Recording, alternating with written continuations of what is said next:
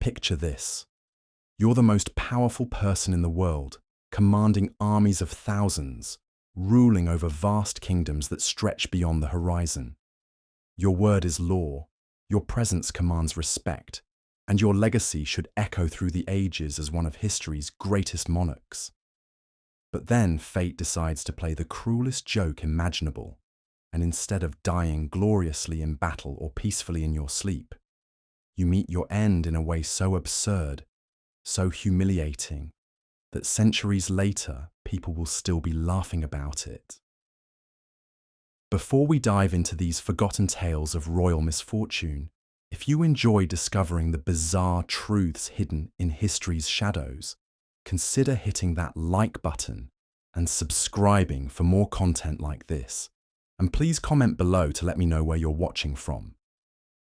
I find it incredible that we're exploring these ancient stories together from different corners of the world, connected across time by our shared fascination with the past. What you're about to hear isn't just a collection of unfortunate accidents.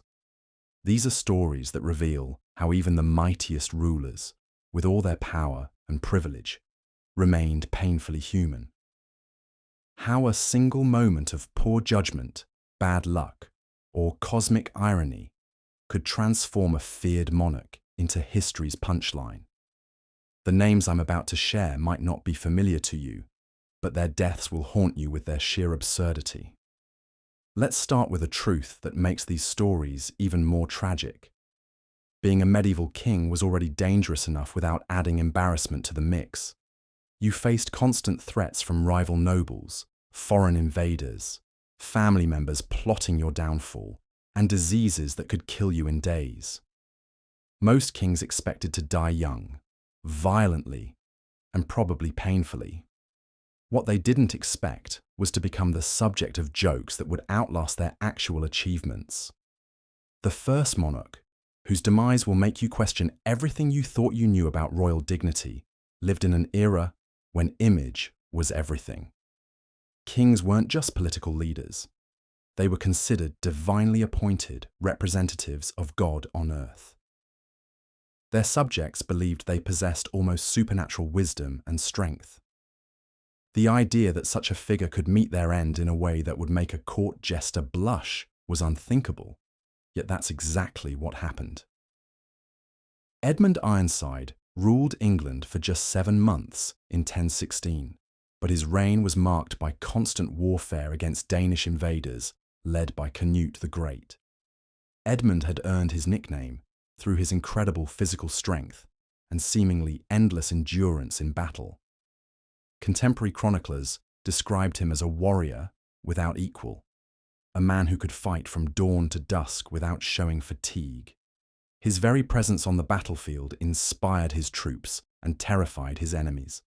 But Edmund's legendary strength couldn't protect him from the most mundane of human necessities.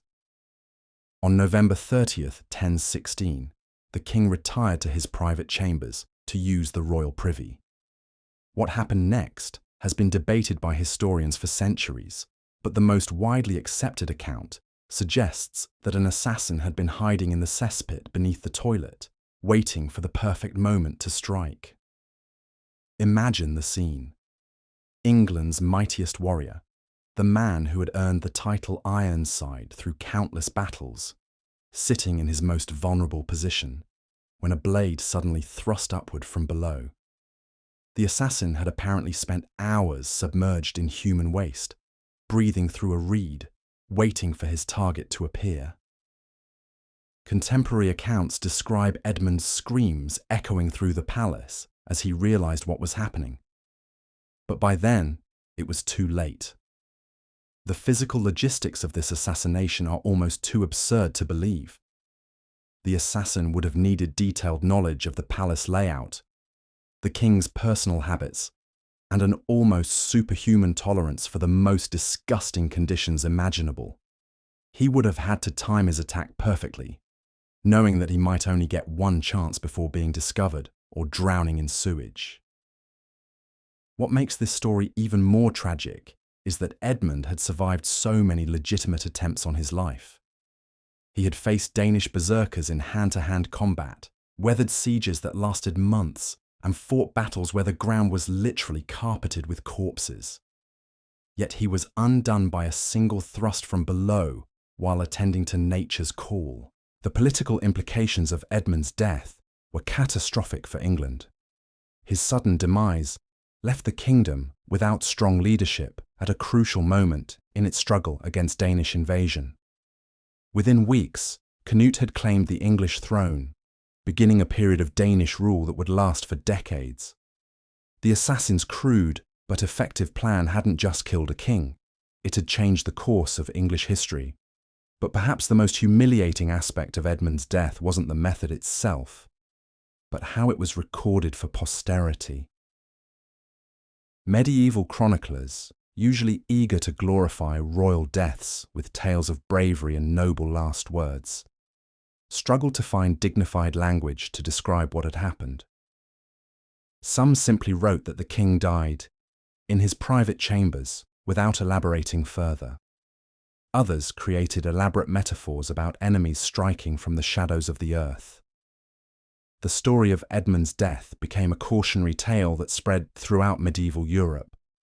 It demonstrated that no amount of strength, skill, or divine favour could protect a ruler from the most unexpected threats. Other monarchs began taking elaborate precautions when using their private facilities, employing guards to check beneath toilets and installing mirrors to detect hidden assassins. Yet even as they took these precautions, medieval kings knew that death could come from anywhere, at any time, in any form. The very randomness of Edmund's fate made it more terrifying than dying in battle, where at least there was honour in the struggle. To die while defenceless, caught in humanity's most private moment, violated every principle of royal dignity. What Edmund Ironside's story reveals about medieval kingship is deeply unsettling. These men who commanded absolute power over their subjects, who claimed divine authority, who lived in palaces designed to showcase their magnificence, remained as vulnerable as any peasant when nature called. The gap between their public image and private reality was enormous, and when that gap was exposed in the most humiliating way possible, it shattered illusions about royal invincibility. The psychological impact on other rulers was profound. Kings began experiencing what we might now recognize as paranoia about their most basic bodily functions. Some employed food tasters not just to detect poison, but to ensure their digestive systems wouldn't betray them at crucial moments. Others had elaborate rituals performed before using private facilities, treating every trip to the privy as a potential military operation. But Edmund's story is just the beginning of our journey into royal embarrassment. What happened to him, shocking as it was, at least involved deliberate human malice.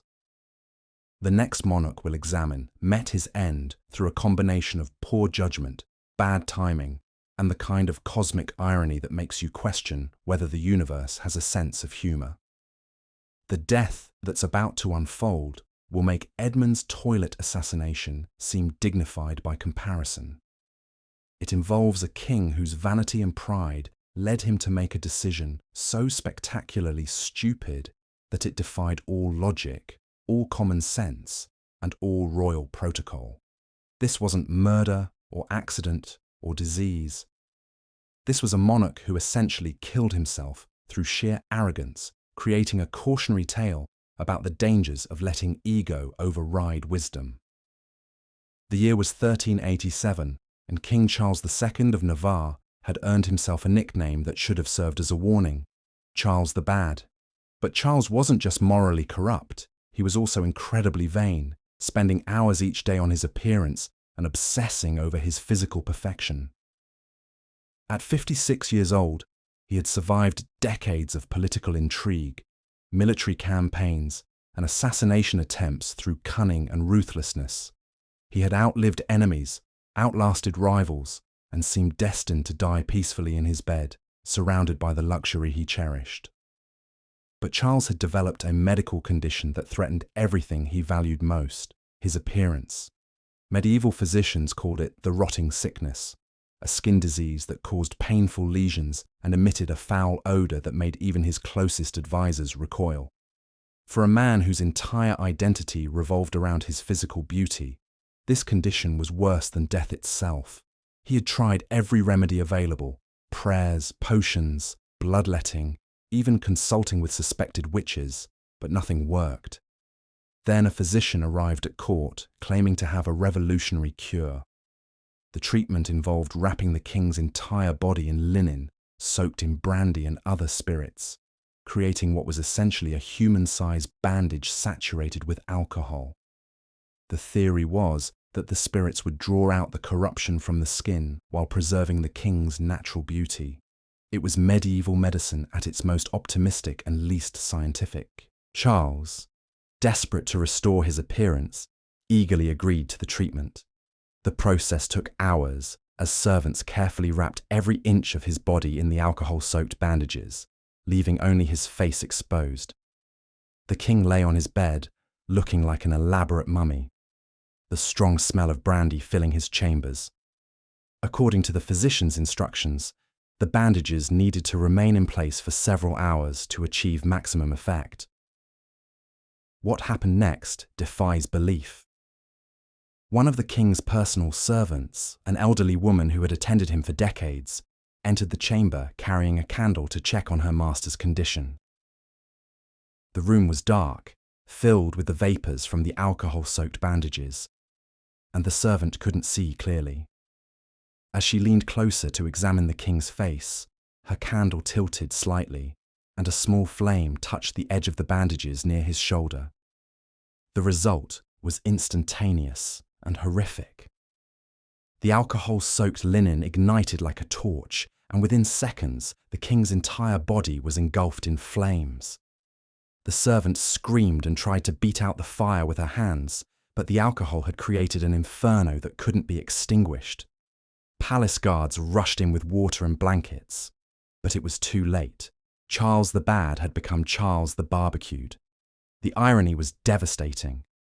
A king who had spent his entire life obsessing over his appearance, who had survived countless dangers through careful planning and political maneuvering, had been killed by his own vanity.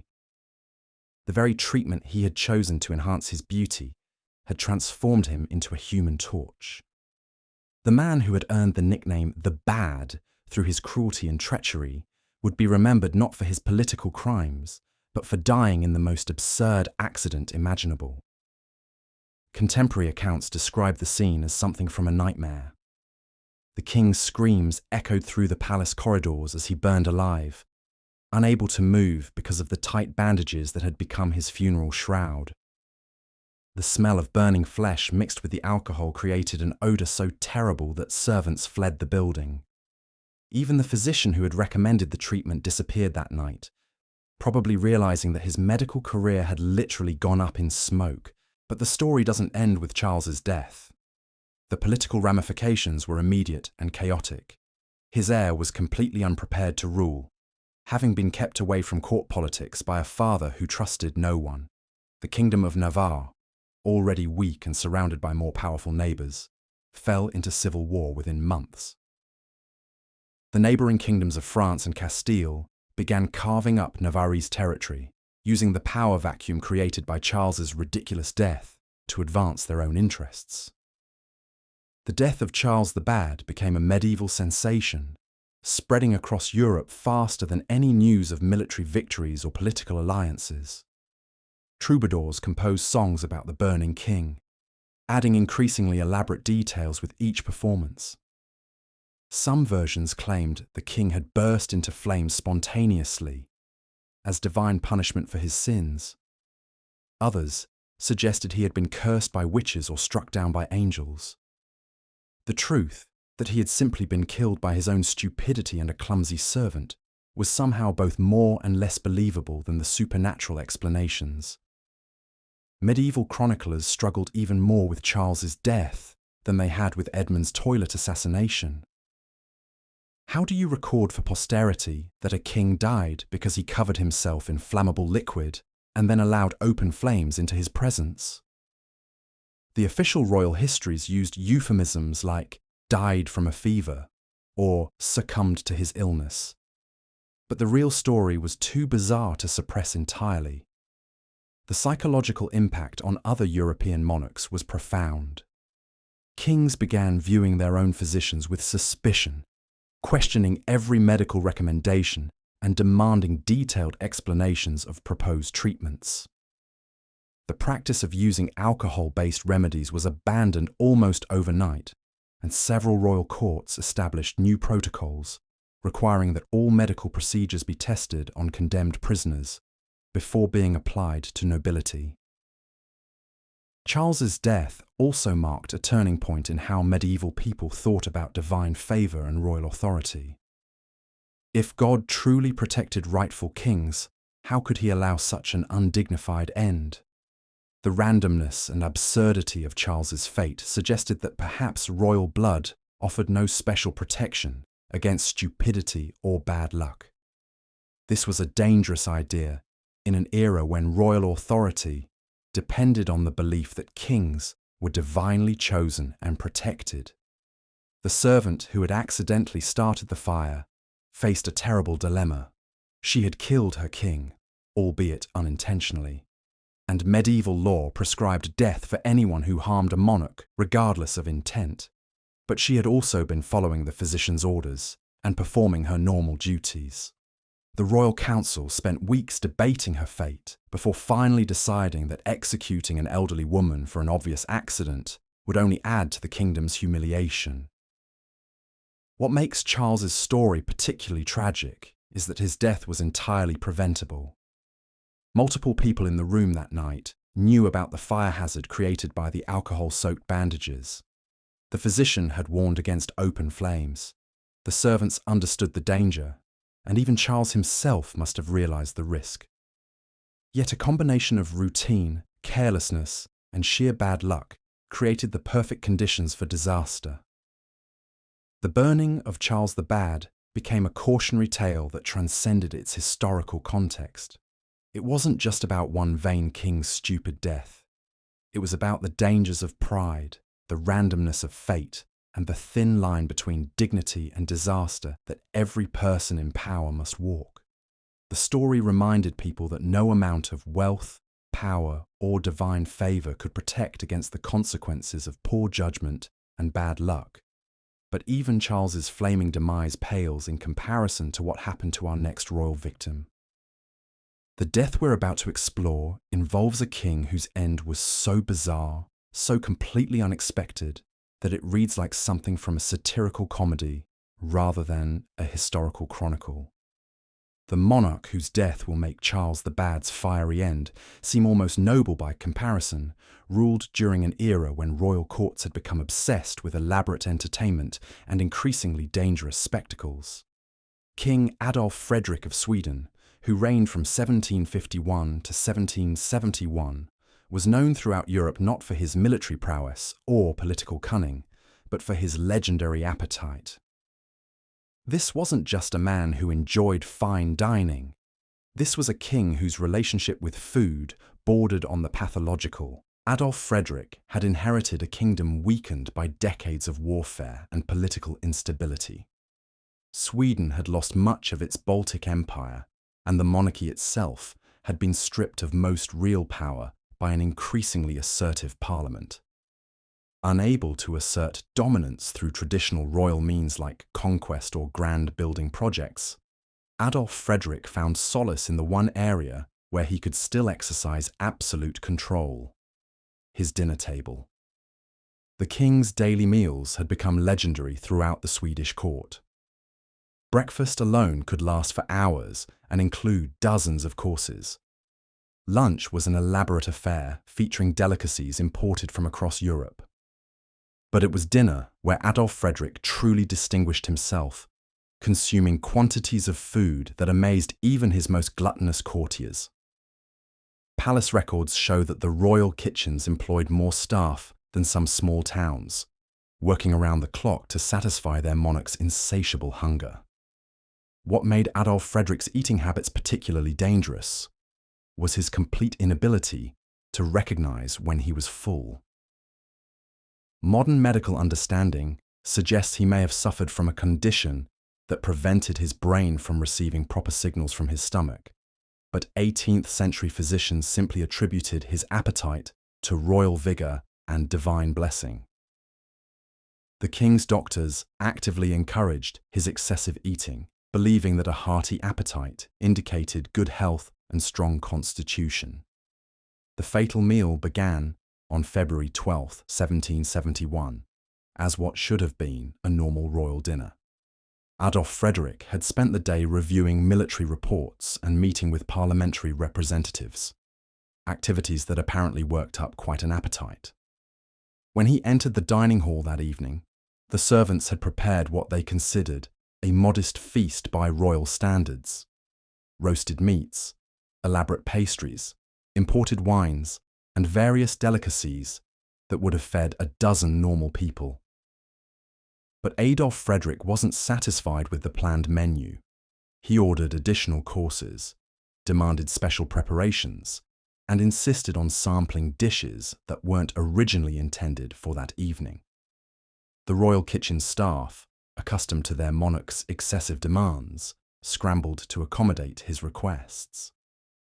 What followed was a feeding frenzy that shocked even the most experienced palace servants. The king began with traditional Swedish dishes: roasted reindeer, pickled herring, and various meat pies. But he quickly moved on to more exotic fare, consuming entire plates of French delicacies, Italian cheeses, and German sausages. The servants kept bringing food, and Adolf Frederick kept eating, seemingly oblivious to the massive quantities he was consuming. Contemporary accounts describe him as eating with mechanical precision, as if he were a machine designed solely for food consumption. As the evening progressed, the king's appetite showed no signs of diminishing. He called for dessert courses that included elaborate cakes, imported chocolates, and various sweet preparations that would have satisfied an entire banquet. But the dessert that would prove fatal was a seemingly innocent plate of semla, traditional Swedish pastries filled with almond paste and whipped cream. These sweet, rich pastries were a particular favorite of the king, and he had consumed them countless times before without incident. The problem wasn't the semla themselves, but the sheer quantity Adolf Frederick decided to consume. According to palace records, he ate 14 of these rich pastries in rapid succession, washing them down with hot milk and various liqueurs. The combination of the massive meal he had already consumed, the richness of the almond paste, the heaviness of the cream, and the volume of liquid created a digestive disaster waiting to happen. What happened next unfolded with horrifying inevitability. About an hour after finishing his 14th semla, Adolf Frederick began experiencing severe abdominal pain. Initially, the king dismissed this as normal post-meal discomfort. After all, he regularly ate enormous quantities without serious consequences, but the pain intensified rapidly, and within minutes he was doubled over in agony, unable to speak or move. The palace physicians rushed to the king's aid, but they were completely unprepared for what they found. Adolf Frederick's abdomen had become grotesquely distended, hard as a rock, and incredibly painful to the touch. The king was sweating profusely, his breathing was laboured, and his face had turned an alarming shade of purple. The doctors attempted various treatments: bloodletting, purging, even attempting to induce vomiting, but nothing provided relief. The medical reality was that Adolf Frederick had literally eaten himself to death. His stomach had become so overloaded with food that it could no longer function properly. The massive quantity of rich pastries, combined with everything else he had consumed, had created a blockage so severe that his digestive system had essentially shut down. Modern medical understanding suggests he suffered from acute gastric dilatation, a condition where the stomach becomes so distended that it can rupture or cause fatal complications. As the hours passed, the king's condition deteriorated rapidly. He was unable to keep down even small sips of water, his pulse became irregular, and he began experiencing what appeared to be seizures. The palace physicians, trained in medieval theories about bodily humours and divine punishment, had no understanding of what was actually happening. They continued their useless treatments, more bloodletting, herbal remedies, and desperate prayers, while their monarch slowly died from the most ridiculous cause imaginable. The political implications of Adolf Frederick's impending death were immediately apparent to his advisors. A king who died from overeating would become an international laughingstock, undermining what little respect Sweden still commanded in European politics.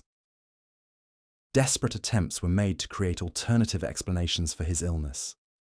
Perhaps he had been poisoned, or struck down by a mysterious fever, or overcome by the stress of governing. But too many people had witnessed the fatal meal for the truth to be suppressed. Adolf Frederick died on February 12, 1771, approximately 6 hours after consuming his 14th Semler. His last words, according to palace records, were a request for more food. Apparently, even as he lay dying, the king's appetite remained unsatisfied. The official cause of death was listed as digestive ailment, but everyone in the palace knew the truth. The King of Sweden had literally eaten himself to death. The aftermath of Adolf Frederick's death was every bit as humiliating as his advisors had feared.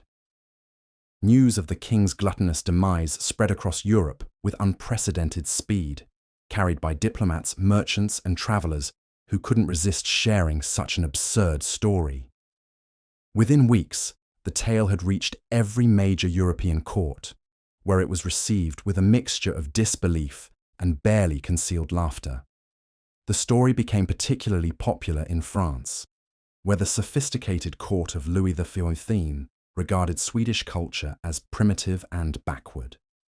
French satirists created elaborate poems about the gluttonous Swedish king, while court entertainers performed comedic skits reenacting his fatal meal. The most popular version involved an actor dressed as Adolf Frederick, consuming increasingly ridiculous quantities of fake food until he literally exploded on stage. But the international mockery wasn't just about one king's ridiculous death. It reflected deeper European attitudes about power, dignity, and national character. A monarch who died from overeating was seen as emblematic of a kingdom that had lost its way, a nation so weakened by defeat and political instability that even its king couldn't control his most basic appetites. Sweden's enemies used the story as propaganda, suggesting that a country whose monarch died from gluttony was hardly capable of serious international relations. The Swedish court's attempts to manage the diplomatic fallout were largely unsuccessful. Official statements emphasizing Adolf Frederick's other achievements, his patronage of the arts, his efforts at governmental reform, his attempts to restore Swedish prestige, were overshadowed by the absurdity of his death. Foreign ambassadors reported back to their governments with barely concealed amusement, describing a kingdom whose ruler had been defeated not by enemy armies, but by a plate of pastries. The psychological impact on the Swedish nobility was profound and lasting. Many aristocrats began viewing their own eating habits with suspicion, worried that excessive consumption might be seen as following their late king's example. Palace banquets became more restrained affairs, with servants instructed to monitor guests' food intake and intervene if anyone showed signs of dangerous overindulgence. Adolf Frederick's death also marked a turning point in how European society thought about gluttony and royal behaviour. Previously, a hearty appetite had been seen as a sign of vitality and good health, especially among the nobility who could afford rich foods. But the Swedish king's fate demonstrated that even the most basic human appetites could become dangerous when taken to extremes. The story became a cautionary tale about the importance of moderation, self-control, and the dangers of letting physical desires override common sense. The semla that killed Adolf Frederick became infamous throughout Scandinavia, with many people refusing to eat the pastries out of superstitious fear. Some bakers stopped making them entirely, while others created modified versions with less rich ingredients. The traditional recipe was eventually restored, but for generations, eating semla was accompanied by jokes about the gluttonous king and warnings about the dangers of overindulgence. What makes Adolf Frederick's story particularly tragic is how completely preventable his death was. Unlike Edmund Ironside's assassination or Charles the Bad's medical accident, the Swedish king's fate was entirely self-inflicted. He had countless opportunities to stop eating, numerous warning signs that he was consuming dangerous quantities, and access to advisors who could have intervened. Yet his complete inability to control his appetite transformed what should have been a pleasant royal dinner into a fatal feeding frenzy. The death of Adolf Frederick represents perhaps the most humiliating way a monarch has ever died. Not through the treachery of enemies, the accident of fate, or the ravages of disease, but through the simple inability to stop eating. His story reminds us that even the most powerful people remain slaves to their basic human weaknesses, and that sometimes the greatest threats to our dignity come not from external enemies, but from our own lack of self-control. But as embarrassing as dying from overeating might seem, our final royal victim managed to achieve an even more spectacular level of humiliation. The death we're about to explore involves a king whose end was so bizarre, so completely absurd, that it challenges everything we think we know about royal dignity and the basic laws of probability.